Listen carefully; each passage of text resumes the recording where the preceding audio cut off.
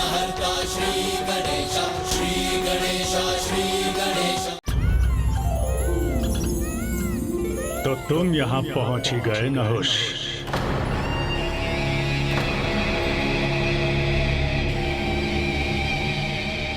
बहुत ढूंढा तुम्हें नहुष, किंतु अच्छा हुआ कि तुम स्वयं ही यहाँ चले आए।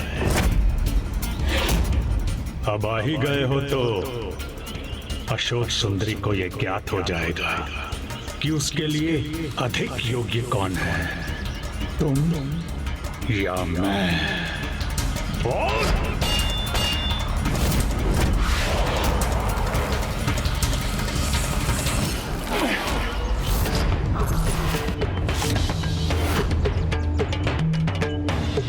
जो भी घटनाएं घटित होंगी, उन घटनाओं में ही हमारे जीवन का उद्देश्य निहित है।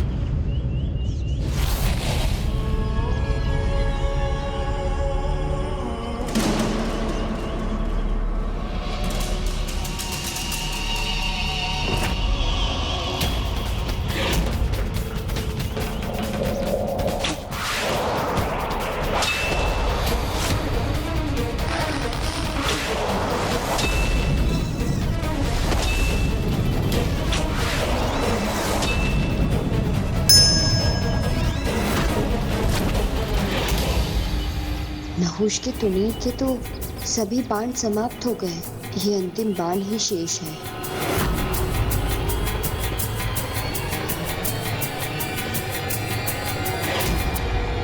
अब तुम्हारे नाश का समय आ गया है।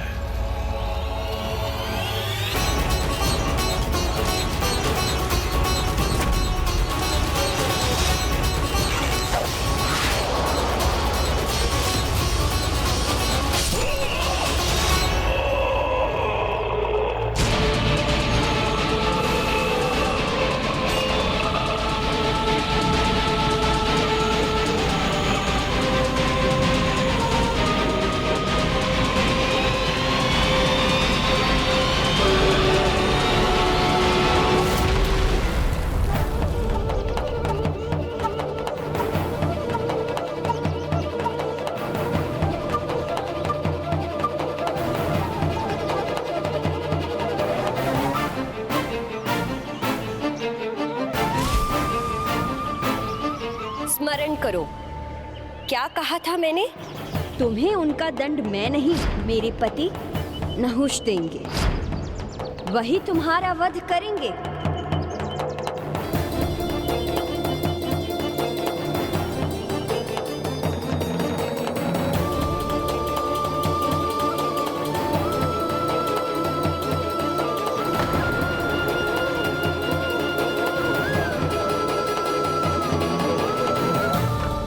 और हुंड की मृत्यु के बाद पुत्री अशोक सुंदरी और नहुष का शुभ विवाह हुआ। विवाह के उपरांत नहुष और पुत्री अशोक सुंदरी की अनेकों प्रतापी संतानें हुई। नहुष को प्रजापति राजा की पदवी प्राप्त हुई। पुत्री अशोक सुंदरी चारों ओर प्रसन्नता का विस्तार करने का अपना धर्म निभाती रही, जिसकी सभी पूजा करने लगे और जिसे देवी का स्थान प्राप्त हुआ। अपने भ्राता का प्रणाम स्वीकार कीजिए दीदी। माता हाँ पुत्र, मुझे ज्ञात है कि अभी तुम्हारी जिज्ञासा शांत नहीं हुई। अब तुम अपनी बहन ज्योति के बारे में जानना चाहते हो।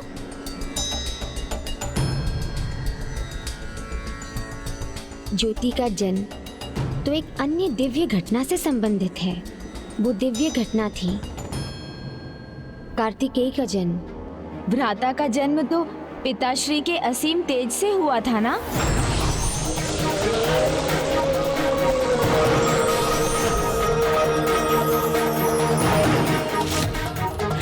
हाँ पुत्र, और उसी ऊर्जा के एक अंश से पुत्री ज्योति का जन्म हुआ।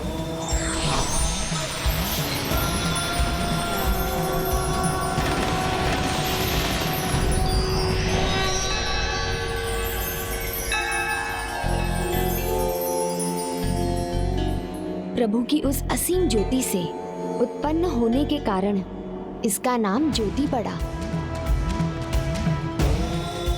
पुत्र, सभी भक्त अपने इष्ट देव की पूजा दीपक प्रज्वलित करके करते हैं। भक्तों के इसी प्रेम और इसी श्रद्धा के कारण पुत्री ज्योति को देवी स्थान प्राप्त हुआ। प्रिय,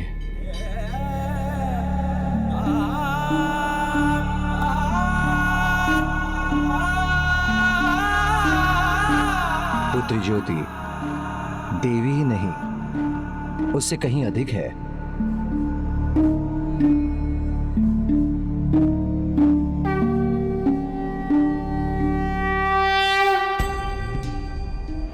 वो कैसे पिताश्री? देवी ज्योति तो परम सत्य की परम शक्ति का प्रतिनिधित्व करती है, जो हमारी बुद्धि और ज्ञान को जागृत करती है। जब भी कोई दीपक प्रज्वलित होता है तो ज्योति ही प्रकाशित होती है। ज्योति भक्त और भगवान के संबंध का माध्यम बनती है, क्योंकि ज्योति को प्रणाम करने के बाद ही भक्त भगवान की पूजा करते हैं। ज्योति तो वो जागृत कुंडलिनी शक्ति है जो अजना चक्र में वास करती है और ध्यान करते समय प्रकाश बिंदु के रूप में जिसका अनुभव होता है। ज्योति अरूप रहकर उन सभी मंदिरों में पूजी जाती है जहां पुत्र कार्तिकेय की पूजा होती है।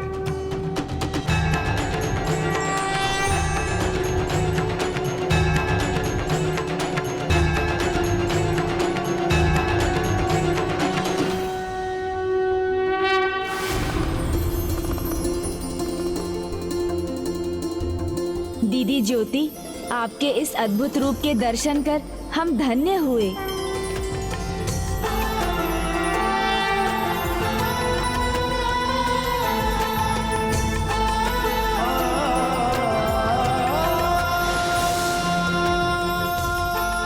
किंतु अभी तो एक और कथा शेष है ना माता? तो अब बताने की कृपा कीजिए कि मनसा दीदी का जन्म कैसे हुआ।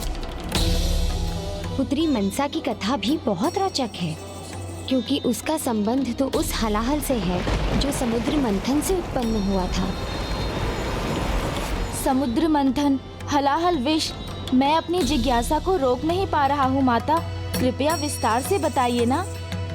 पुत्र, सर्व ज्ञात है, सागर मंथन से संसार को 14 दुर्लभ रत्न प्राप्त हुए, किंतु ये रत्न इतनी सरलता से प्राप्त नहीं हुए। उन्हें प्राप्त करने से पहले संसार को मंथन से एक भयंकर संकट का सामना करना पड़ा, जो अपने प्रभाव से संपूर्ण सृष्टि को लील जाने वाला था। वो था हलाहल।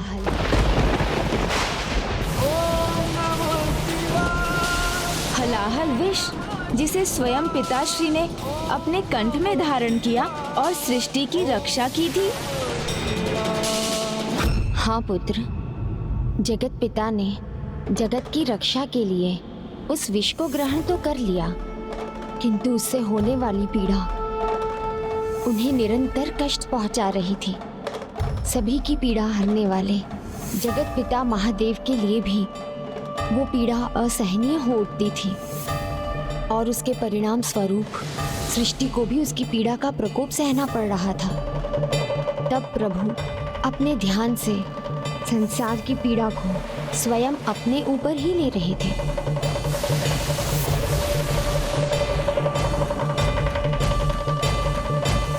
जगत का कल्याण तो हो गया, किंतु महादेव की पीड़ा का किसी को अनुमान नहीं था, और न ही इसका उपाय किसी के पास था। किंतु महर्षि कश्यप प्रभु की पीड़ा को समझ गए, और उन्होंने उसे दूर करने के लिए एक यज्ञ का आयोजन भी किया। भगवान और भक्त एक दूसरे के पूरक हैं। भगवान भक्त के कष्ट को और सच्चा भक्त भगवान के कष्ट को समझ सकता है। महान भक्त ऋषि कश्यप को भगवान की पीड़ा का आभास हो गया था, और तब उन्होंने भगवान की पीड़ा हरने का संकल्प लिया, जिसके लिए वो मानसिक कल्पना करने लगे, और उनकी कल्पना मूर्त रूप लेने लगी।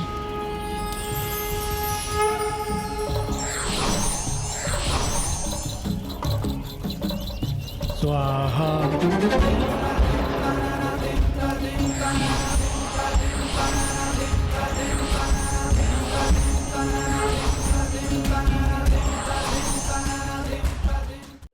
जब ऋषि कश्यप का यज्ञ अपने चरम पर पहुंच रहा था तो उनके मानस की कल्पना भी अपनी पूर्णता प्राप्त कर रही थी और दूसरी ओर वो घटनाक्रम भी घटित हो रहा था जिनके परिणाम स्वरूप कार्तिकेय का जन्म होने वाला था।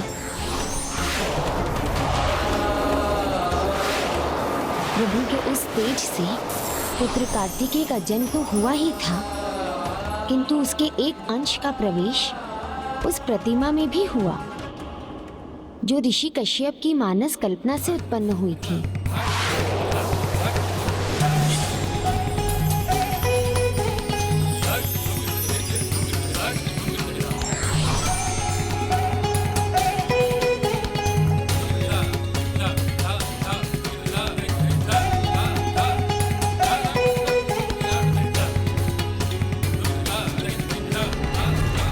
देवी, आपका जन्म महादेव की कृपा से हुआ है। हे ऋषिवर, किंतु मैं कौन हूँ और मेरा जन्म किस उद्देश्य से हुआ है? आपका जन्म महादेव के तेज से हुआ है, इसलिए आप महादेव की पुत्री हैं और उनकी कृपा से आप मेरे मानस की कल्पना का मूर्त रूप है। इसीलिए आपका नाम है मनसा। मनसा। हे ऋषिवर, मुझे मेरा नाम देने के लिए कोटि कोटि धन्यवाद। और अब आप मुझे मेरे जन्म का उद्देश्य बताने की और मार्गदर्शन करने की कृपा कीजिए।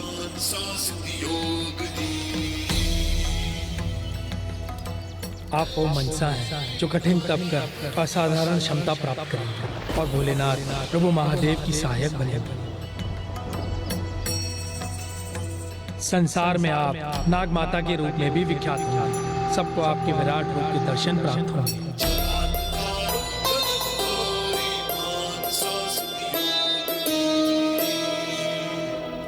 देवी, आपके जीवन में आने वाले महान उद्देश्य आपको महान और अद्भुत बनाएंगे, जिनका ज्ञान समय आने पर आपको स्वयं होता जाएगा।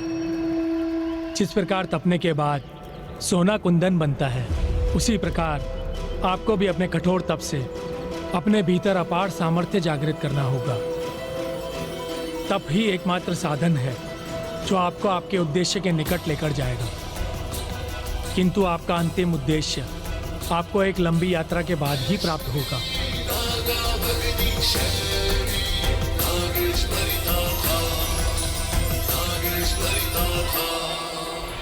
ऋषि कश्यप के शब्दों में स्पष्ट संदेश था जिसे पुत्री मनसा ने स्वीकार किया। ऋषिवर से आशीष प्राप्त कर उसी क्षण कठोर तप के लिए प्रस्थान किया।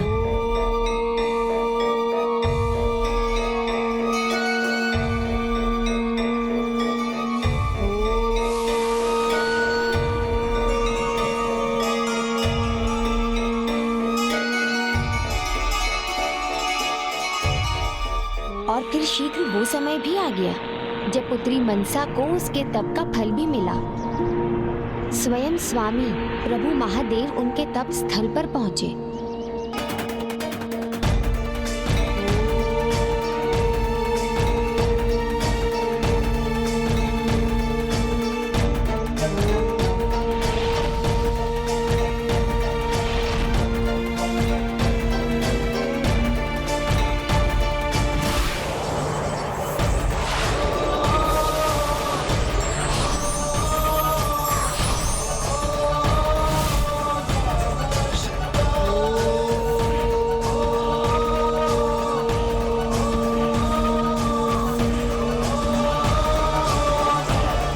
पुत्री,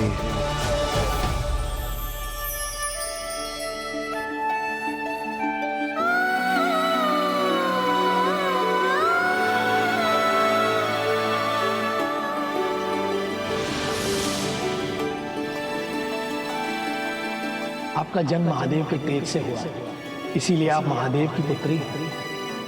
पुत्री, मुझे क्षमा करना। मैंने तुम्हारे तप में बाधा उत्पन्न की? नहीं पिताश्री, आपके दर्शन पाकर ही तो मेरा तप पूर्ण हुआ है पिताश्री। पुत्री, तुम्हारी सरलता, सहजता, निष्ठा और तुम्हारे मधुर वचनों से मैं अति प्रसन्न हुआ। तुम्हें यहां नहीं, तुम्हें अपने पिताश्री के साथ कैलाश में होना चाहिए।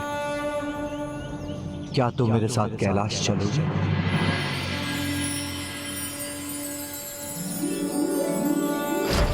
तप ही एकमात्र साधन है जो आपको आपके उद्देश्य के निकट लेकर जाए। कहो ना पुत्री, क्या तुम मेरे साथ कैलाश चलोगी? माता पिता के स्नेह से पूर्ण, उनकी छत्र छाया से बढ़कर एक संतान के लिए और कुछ भी नहीं है पिताश्री। आपके और माता पार्वती के साथ कैलाश पर निवास करना मेरे लिए केवल सौभाग्य ही नहीं, अपितु परम वरदान होगा पिताश्री।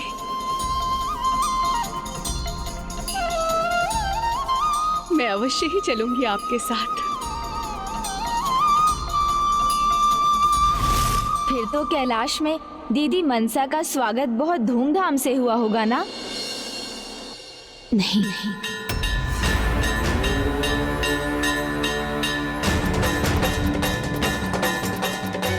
दुर्भाग्यवश ऐसा कुछ नहीं हुआ।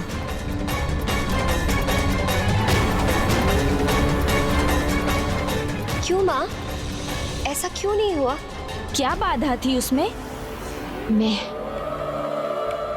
मैं बनी थी वो बाधा।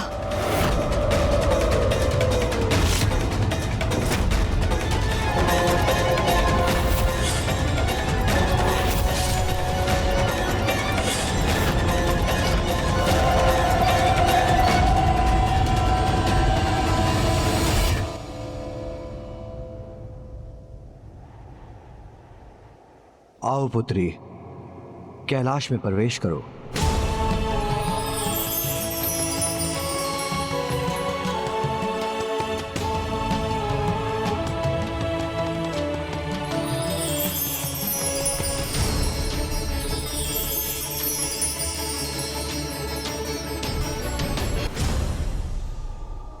अद्भुत पिताश्री, सर्वथा अद्भुत। पुत्री, आज से कैलाश ही तुम्हारा निवास है। तुम्हारी माँ पार्वती अभी पूजा में व्यस्त होंगी और ये मेरे ध्यान का समय है। तब तक तुम भी समय का सदुपयोग करो। कैलाश का भ्रमण कर यहाँ से परिचित हो जाओ। उनकी पूजा और मेरे ध्यान के संपन्न होने पर मैं तुम्हारा परिचय कैलाश के अन्य वासियों से और तुम्हारी माता से कराऊंगा। आप निश्चिंत रहे पिताश्री, मैं माँ को देखते ही पहचान लूंगी।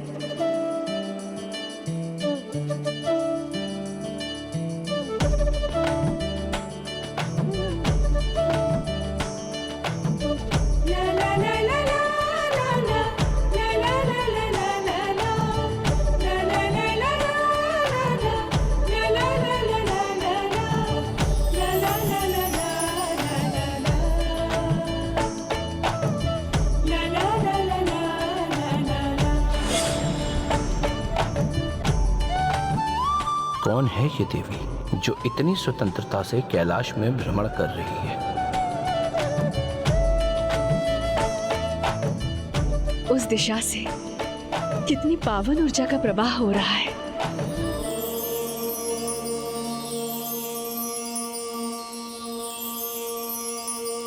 माँ के आभास से कितना सुखद अनुभव हो रहा है मुझे।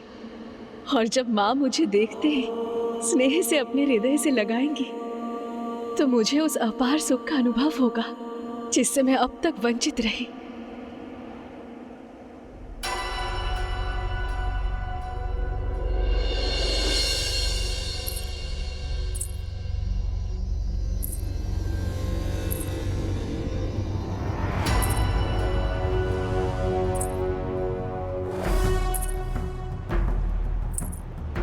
कौन है यहाँ?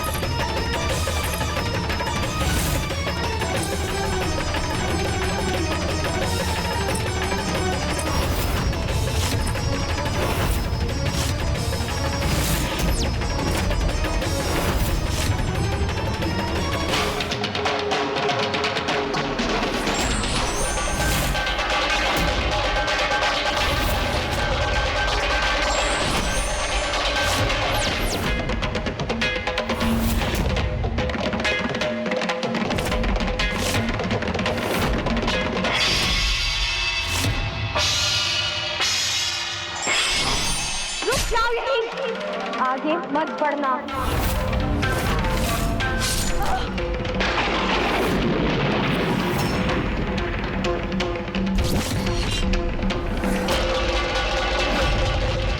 कौन हो तुम जिसने कैलाश में मेरी आज्ञा टालने का, अपनी मनमानी करने का दुस्साहस किया है?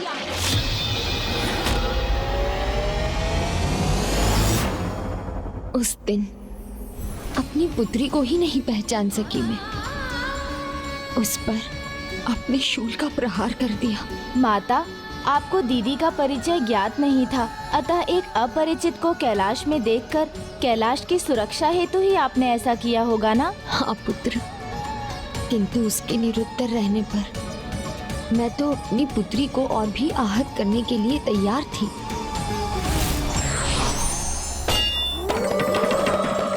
परिचय दो, अन्यथा मेरे क्रोध का सामना करो। बताओ मुझे, कौन हो तुम? हमारी पुत्री है ये।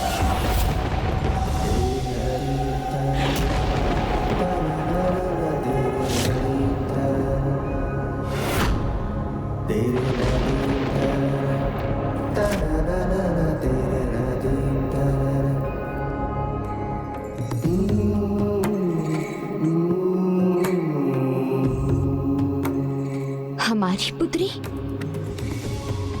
हाँ प्रिय, ये हमारी ही पुत्री है।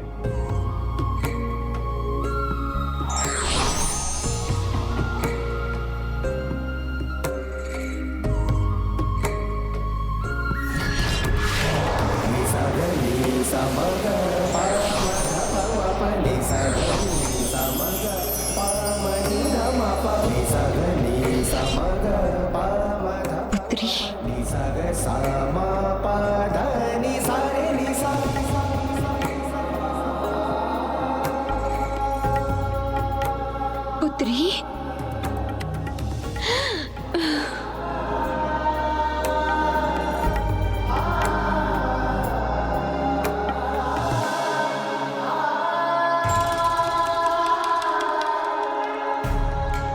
पुत्री, मैंने तुम्हें पहचाना नहीं पुत्री, मुझे क्षमा कर दो।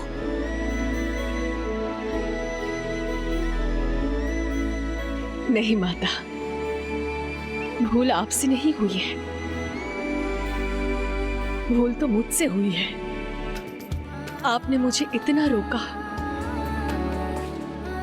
मैं फिर भी नहीं रुकी। मुझे आपसे भेंट जो करनी थी माता। मेरी भूल को अपनी भूल बना लिया तुमने।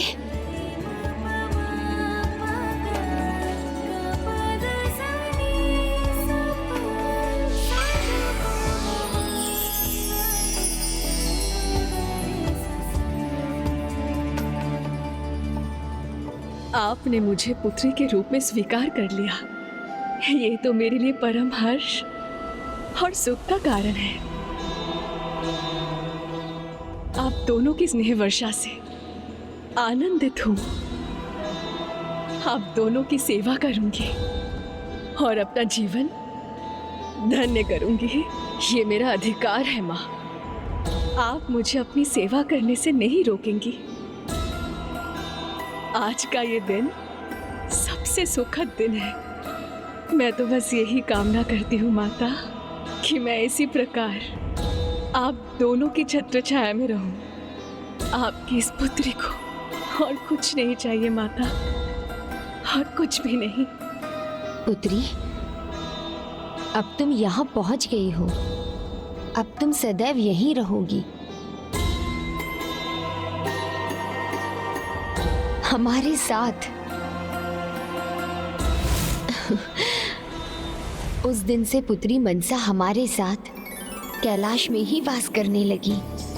अपनी माता पिता की सेवा को ही उसने अपना धर्म मान लिया।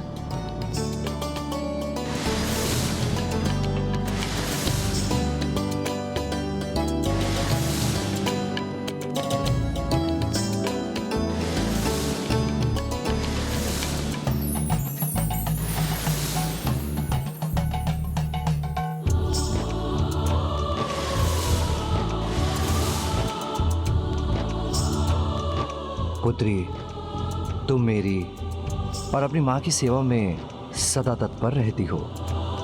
तुमसे एक भी दिन कोई भूल नहीं होती। क्यों भूलूंगी पिताश्री?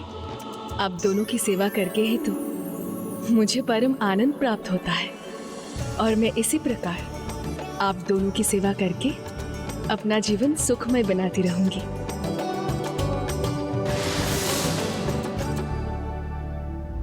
तुम्हारे भाग्य में अधिक समय सुख नहीं मेरी पुत्री, इस बात का मुझे दुख है।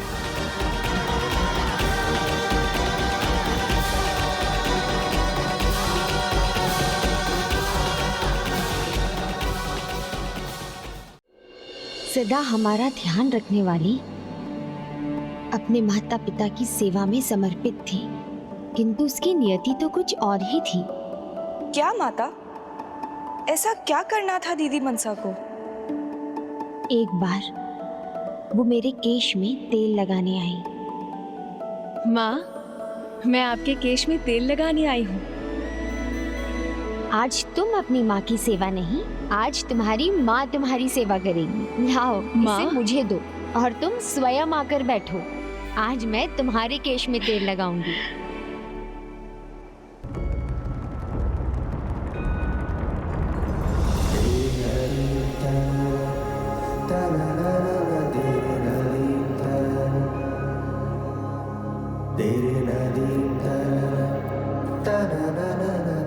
माँ, अब से तो मैं आप ही से केश में तेल लगवाया करूंगी। ये तो बहुत ही सुखमय अनुभूति है। पुत्री, एक माँ के लिए इससे अधिक सुख की बात और क्या होगी कि वो अपनी पुत्री का दुलार करे। और मैं तो तुम्हें सदैव प्रसन्न देखना चाहती हूँ पुत्री।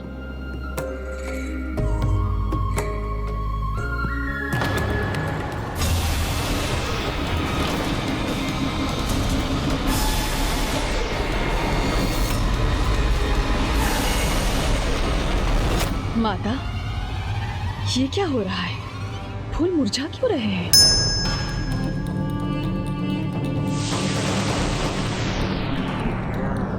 पुत्री, ये सब तुम्हारे पिता की पीड़ा का प्रभाव है, जिससे ये सब संकट उत्पन्न हो रहा है।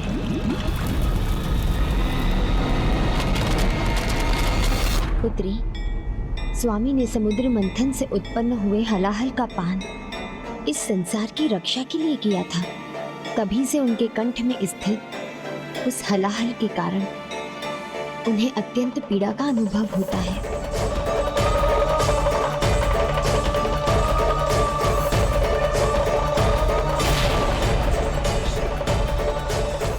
और उन्होंने संसार की पीड़ा तो हर ली, किंतु उनकी पीड़ा कोई नहीं हर सका।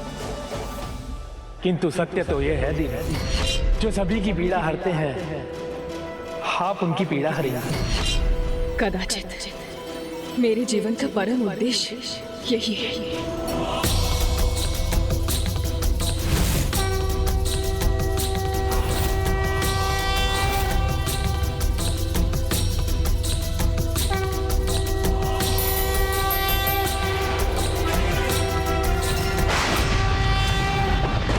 पुत्री, मनसा,